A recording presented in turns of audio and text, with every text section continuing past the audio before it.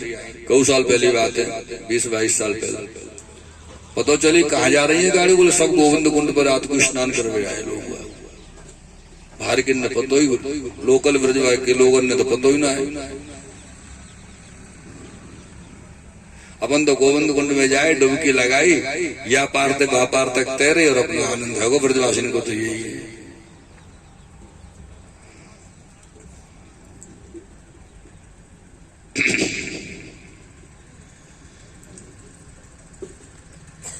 आप दर्शन मत करो विष्णु जी, यथावत संस्कारे थे।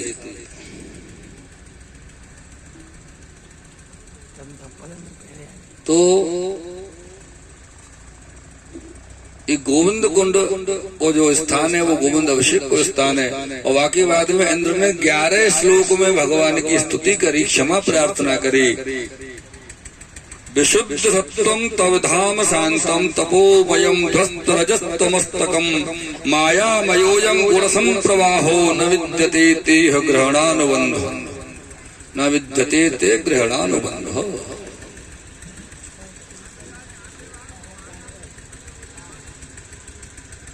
हाँ, वो वही सड़क जाएंगे नीचे, कोई चिंता ना है। बैठो, आपको चिंता नहीं, आनंद करो। सवै भूमि गोपाल।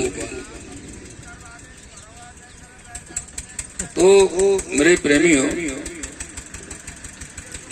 ब्रह्मा जी ने कल की कथा में भगवान की स्तुति 40 श्लोकों में की थी, लेकिन भगवान ने ब्रह्मा जी को माफ नहीं किया था। बस इतना समझ लो कि कोई दंड भी नहीं दिया, लेकिन हृदय से माफ भी नहीं किया था। और इंद्र को 11 श्लोकों में स्तुति करी और माफ कर दिया कि जा तुम आनंद करो, इंद्र चिंता क्यों मत करो, जा आनंद से रहो। पता है क्यों किया ऐसा?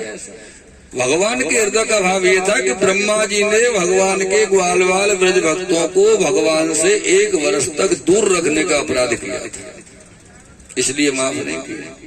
और इंद्र की वजह से जो ब्रज में जो ब्रजवासी थे और महीना सालन हो जाते लाला को देखे हुए मिले हुए। रोज तो सब ब्रजवासी मिले हुए आ नहीं रहे लाला के पास, लेकिन इंद्र की वजह से 7 दिन 7 रात्रि ठाकुर जी से चुपके खड़े रहे सब। बोले इंद्र तेरी वजह से मेरे ब्रज भक्त मेरे नजदीक आए, याली तो को माफ किया जा रहा। ऐसे ठाकुर जी के भाव बड़े सुंदर है। ठाकुर जी को कितना श्रम पड़ा, गिरिराज जी को धारण किया, वो कोई महत्व ही नहीं है, बस मेरे भक्त मेरे नजदीक रहे, ये उनका आनंद था। ये गोवर्धन पूजा को प्रसंग से सुखदेव जी महाराज ने श्रवण करायो। तदोपरांत में एक दिन नंद बाबा एकादशी के पूजन इत्यादि से निवृत्त हो गए। एकादशी तिथि वादन हती। एकादशी के दिन श्री यमुना जी स्नान को पधारे थे। और यमुना जब वास समय पे समय देखने को तो चंदा तारे इनको कौन सी दिशा में कितनों वाई से समय को पता चलो कर दो। तो नंद बाबा जल्दी जागे, उनको समय को आवास भयो ने कितने बजे हैं, और अर्धरात्रि में जाग के यमुना जी स्नान को पधारे। उनने समझी कि प्रातः काल है, ब्रह्म मुहूर्त वेला आएगी, 4-5 बजे होंगे, चलो स्नान करो। लेकिन वो अर्धरात्रि को समय उनको पता चली नहीं, सीधे यमुना जी पे गए। और यमुना जी पे जैसे ही नंद बाबा ने डुबकी लगाई, सो वरुण देवता के गण आए, नंद बाबा को पकड़ के वरुण लोक को ले गए। सुबह है गई 10-11-12 बजे, दोपहर है गो, मध्यान्ह काल है गए, नंद बाबा आए नहीं। मैया को बड़ी चिंता भई, आज तो कैसे स्नान करवेगे, बाबा वापस ही नहीं आए सुबह से। तब लाला से कही कन्हैया बेटा देख, आज तेरे बाबा सुबह स्नान करवे यमुना जी पे गए, अभी तक लौट के नहीं आए, देख के तो लाख कहाँ गए। ठाकुर जी यमुना जी पे पधारे, वहां जाके देखे बाबा तो कहीं नहीं है। तो ठाकुर जी ने ध्यान करके देखो कि मेरे बाबा कहाँ है। पता चली यमुना जी के भीतर वरुण लोक में बाबा वरुण देवता ने बंदी बना रखे। ठाकुर जी सीधे वरुण लोक पधारे। ठाकुर जी को देख के वरुण देव अपना सिंहासन छोड़ के अलग खड़ो है, क्षमा प्रभु, आपने यहाँ पधारवे को परिश्रम क्यों कियो? दास से कोई अपराध हो तो मुँह याद करते मैं आ जाता, मुँह बुला लेते आप। उधर नंद बाबा कह रहे वरुण देवता से दास से, भैया वो छोड़ दे, तू पछतावे को देख, मैं तू जाने ना है, वो मेरा लाला आ जाएगा तो तू फिर भगतो डोलेगो इधर उधर। अब वो बोले कौन तेरो लाला, कहाँ को लाला? लेकिन जब ठाकुर जी पधारे तो समझ गए सामने की प्रभु पधारे हैं। बोले मेरा अपराध क्या है भगवान, आप क्यों पधारे, मुँह को बुला लिया हो तो आपने? बोले तूने मेरे बाबा को बंदी बनाए को अपराध किया। बोले आपके बाबा? हाँ, नंद बाबा मेरे पिता है। अब तो नंद बाबा के पैर पकड़े वरुणदेव, अलग से ठाकुर जी के पैर पकड़े, क्षमा मांगे, प्रार्थना करना। बाबा बोले लाला कोई बात ना है, गलती है जाए, माफ कर दे। ठाकुर जी बाबा को वरुणलोक से लेके आए और अपने आनंद सो नित्य लीला अपने करवे लगे हैं। तो दो प्रांत में वो दिन आज आ गया जिस दिन की प्रतीक्षा ब्रज भक्तों को, गोपांगनाओं को अर्थात कुमारिकाओं को बहुत समय से थी। जिस दिन से ठाकुर जी ने वचन दिया था कि मैं आपको उस दिन वहां बुलाऊंगा। सुखदेव जी कहते हैं आज वो समय आ गया, आज वो रात्रि आ गई।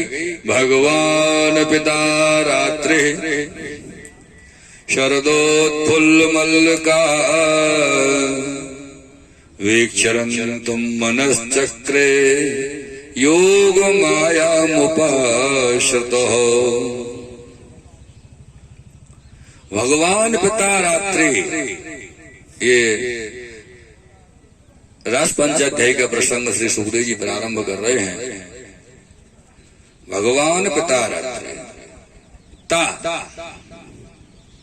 अर्थात ते माने वे, ते का अर्थ होता है वे, अर्थात जिन रात्रियों की गोपी जनों को, कुमारिकाओं को वर्षों से प्रतीक्षा थी, वो रात्रि आज वे रात्रि आ गई।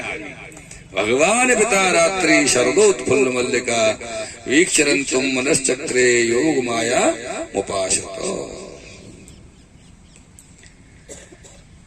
ये आज अर्धरात्रि के समय श्री ठाकुर जी ने, शरद रात्रि की रात्रि को अर्धरात्रि के समय श्री ठाकुर जी ने वेणुनाद किया।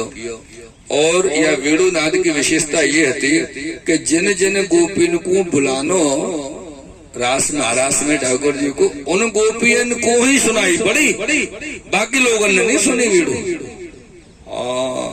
जादूगर भी बहुत बड़े थे ठाकुर जी, जिसे जानते उसे ही टच करते थे, बाकी किसी दूसरे को नहीं। बगल में बैठे तो क्या फर्क पड़ता है,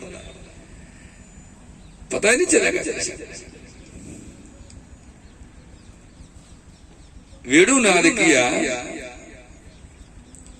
और गोपीजन वेणुनाद श्रवण करते से ही जो जैसी अवस्था में थी वैसी ही अवस्था में ठाकुर जी के पास चली।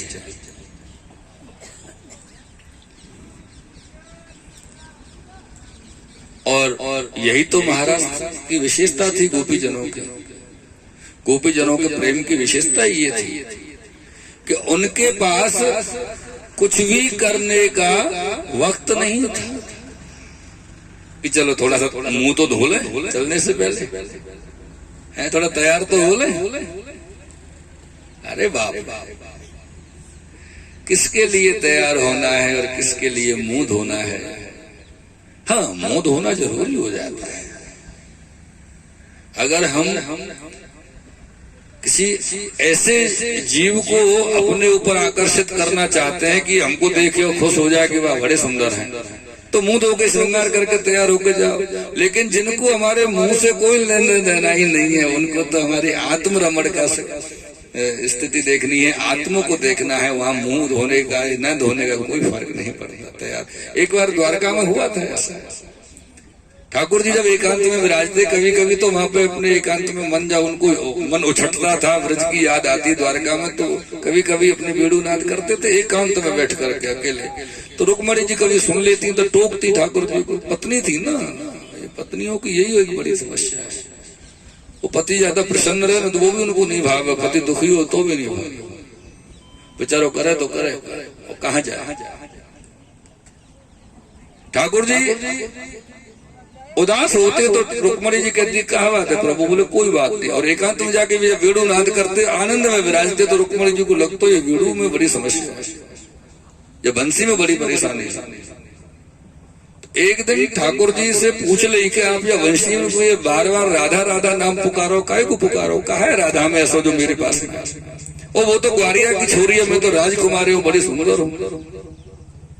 राधा तो ग्वारिया की छोरी है, बेटी है, ब्रज की है। बोले जो राधा है ना वो आप में काऊ में, मेरे ब्रज भक्तन में जो है वो आप में कोई में नहीं है। तो वो क्या आपको विशेष याद आवे? बोले सब कुछ ब्रज को मुझको याद आवे, पर मुझको ब्रज को महाराज बहुत याद आवे जो मैंने गोपिन के संग किया। तो बोले वो तो अपन कर सके, हमें क्या है, वो अपन स्त्री है, ठाकुर जी अपन रास कर लेंगे। ठाकुर जी बोले नहीं कर सकते। बोले क्यों नहीं कर सकते? आधी रात को आपने वीणु बजाई, वो आ गई, आप वीणु बजा के हमें बुलाओ, हम भी आ जाएंगे। ठाकुर जी बोले इनके मद को नष्ट करो, क्योंकि मेरी सी राधे रानी की बराबरी तो कोई कर ही नहीं।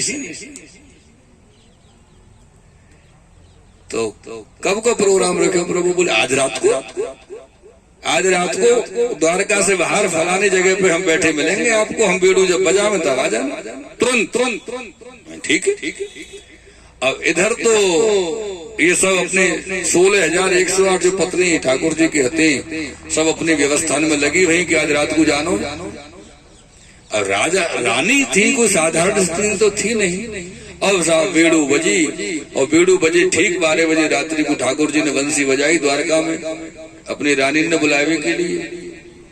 और थोड़ा बहुत समय तो कोई ये 2-5 मिनट ज्यादा लग गए, वो थोड़ा सा ये रह गो पहुंचनो रह गो कि हरनो धोनो करनो रह गो कि ये चीज रह गई, वह करवे में 10-5 मिनट तो वैसे ही गुमर गए। फिर जैसी चलवी लगी अपने अपने महल से निकली और मेन दरवाजे पर द्वारका के पर निकल के आई, इकट्ठी है कि सब जनी तो देखे बलराम जी आ रहे आगे से, अरे जेठ जी आ गए, सो छुपक गई कोने में, लौट गई अपने अपने घर में सब। दूसरे दिन ठाकुर जी बोले कहा है? बोले हम तो आ रहे पर बलराम जी आ गए, क्या करें, उनकी वजह से लौटना पड़ा। बोले तुमने कर लियो रास और मैंने कर लियो, तुम अपने घर रहो शांति से। बोले ना प्रभु आज पक्को करेंगे। दूसरे दिन फिर अर्धरात्रि के समय वीणु नाथ ठाकुर जी ने किया। बोले आज अब ये बिल्कुल तैयार है, लौट बैठेंगे। अब हमको कोई को तैयारी करने में एक पल को भी समय नहीं लगाना, पहले थे तैयार सज धज के एकदम रेडी। जैसी वीणु बजी हो रही है चलवी लगी। अब वही मुख्य द्वार पे जैसे द्वारका के पे पहुंची निकलवे को तो अचानक दृष्टि पड़ी वसुदेव जी पधारे आगे से। और वसुदेव जी कल जेठ जी आएंगे, आज ससुर जी आएंगे।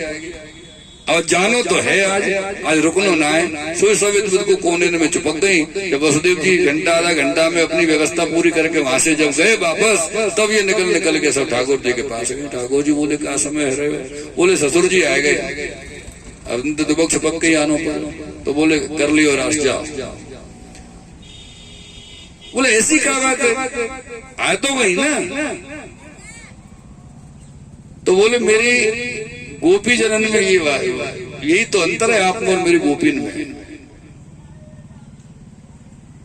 आपको हो तो यहाँ आ गई मेरी गोपी।